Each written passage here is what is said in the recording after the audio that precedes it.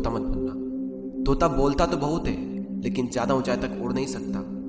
बाज बोलता बहुत कम है लेकिन सबसे ऊंचाई पर उड़ता है और बाकी पंछियों का राजा होता है एक बाज। आज मैं आपको 5 ऐसे पॉइंट्स बताऊंगा जो कि हर इंसान को बाज से सीखना चाहिए और लाइफ की बहुत बड़ी लर्निंग है इन 5 पॉइंट्स में। पहला लेसन, ईगल फ्लाई अलोन। बाज अकेले उड़ता है और बाकी पंछियों के मुकाबले सबसे ऊंचाई पर उड़ता है। बाज अकेले उड़ेगा लेकिन कभी भी चिड़िया और छोटे पंछियों के साथ नहीं उड़ेगा। बाज हमेशा या तो बाज के साथ उड़ता है या फिर अकेला उड़ता है और इस समय यह सीख मिलती है कि छोटी सोच वाले लोगों से हमेशा दूर रहें और अकेले रहो, क्योंकि यही वो समय है जब खुद को जानने का असली मौका मिलता है।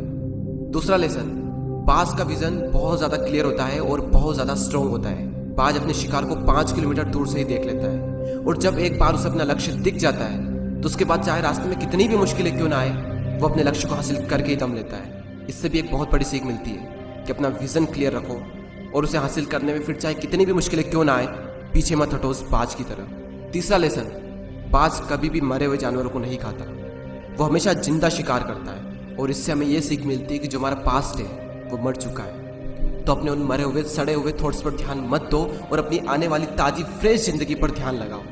अपने पास्ट की पुरानी यादें जो तुम्हें तंग करती है उन्हें वहीं रहने दो जहां पर उसकी जगह है, और तुम्हारे पास्ट की जगह है तुम्हारे पास्ट में, उसे वर्तमान में जगह मत दो। क्योंकि एक बार अगर तुम्हारा पास्ट तुम्हारे प्रेजेंट में आ गया तो तुम्हारा पास्ट तुम्हें कभी प्रेजेंट में नहीं रहने देगा। पास्ट में तुम्हारे साथ कितना भी बुरा क्यों ना हुआ हो, वो सब यादें वो सब थॉट्स मर चुके हैं और उस बाज की तरह बनो जो कभी भी मरी हुई चीज़ों को नहीं खाता। चौथा लेसन, जब आंधी तूफान आते हैं तो बाज बहुत ज़्यादा एक्साइटेड हो जाता है। जब बारिश होती है तो सारे पंछी छिपकर बैठ जाते हैं, लेकिन बाज को बड़ा मजा आता है। जब तेज हवाएं चलती है तो बाज उन हवाओं के सहारे और तेजी से ऊपर की ओर उठता है और ऊपर उड़ते उड़ते इतना ऊपर उड़ जाता है कि बादलों से भी ऊपर पहुंच जाता है।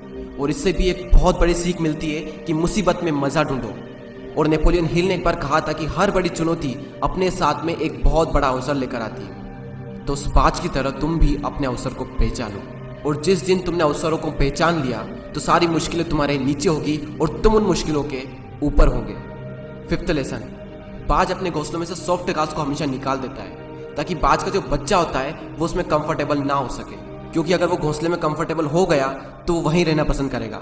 लेकिन बाज ऐसा कभी होने नहीं देता। बाज एक पंछी है और उसे भी ये बात पता है कि there is no growth in comfort zone. लेकिन हम तो इंसान है ना, और इंसान होने के बावजूद भी कई सारे लोग इस बात को समझते ही नहीं।